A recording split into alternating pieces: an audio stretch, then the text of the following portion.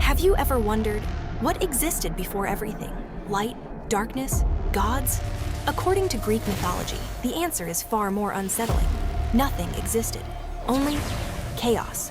And today, I'm going to tell you how from this, chaos, gods, titans, humans, and the entire universe were born. Sit down, because this story will shock you.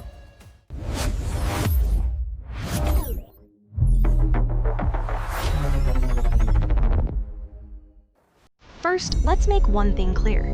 Greek mythology is not just fairy tales. It was the way people who lived thousands of years ago made sense of the universe, death, love, and power. If we understand these stories, we also understand how ancient Greek civilization thought. Our source is the Theogony, meaning the birth of the gods, written by the poet Hesiod around 700 BC. This text is considered the most important creation document of Greek mythology. Have you ever wondered what existed before everything? Tell me in the comments. In the beginning, there was chaos. But pay attention. Chaos here doesn't mean disorder as we understand it. In Greek mythology, chaos was an infinite void, the very essence of nothingness. No light, no darkness, no time, no space.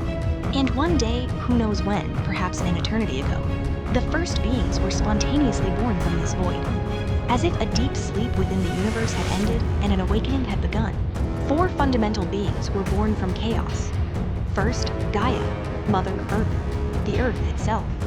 Gaia is not just soil, she is a living, breathing, feeling entity. Second, Tartarus, the deepest darkness of the underworld, the bottommost point that the mind cannot reach, that even gods feared. Third, Eros. Yes, the god representing love and attraction, but very different from the Eros you'll encounter later in this series. This first Eros is a universal force of attraction, the thing that holds atoms together. Fourth, Nyx and Erebus, night and darkness. So the first inhabitants of the universe were earth, darkness, void, and love. Quite an interesting beginning, isn't it? Which of these 4 concepts do you think would make life impossible without it? Let's discuss in the comments. Gaia, alone by herself, without a partner, created Uranus, the sky, the stars, the infinite blue dome. And then Gaia and Uranus united.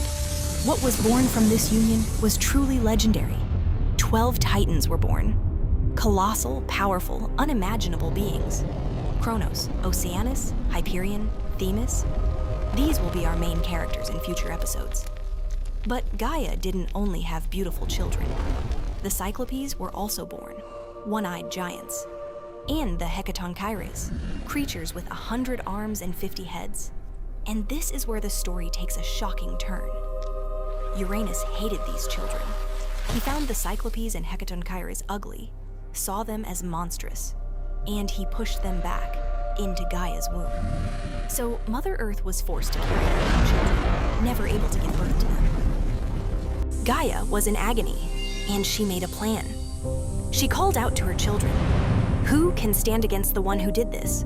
Who can overthrow Uranus? They all fell silent. They were afraid. One name stepped forward. Kronos, the youngest, the boldest, the most ambitious. Gaia gave him a sickle as hard as adamantine, and Kronos waited for his father. Uranus descended from the sky to unite with Gaia, and in that moment, Kronos swung the sickle, and so the Age of Titans began. Kronos, the new ruler. Uranus retreated in defeat, but as he left, he placed a curse. You will suffer the same fate, Kronos. One of your own children will overthrow you.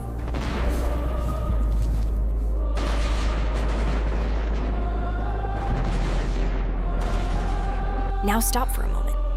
This is not just a fantastic story. Think about Gaia's rebellion.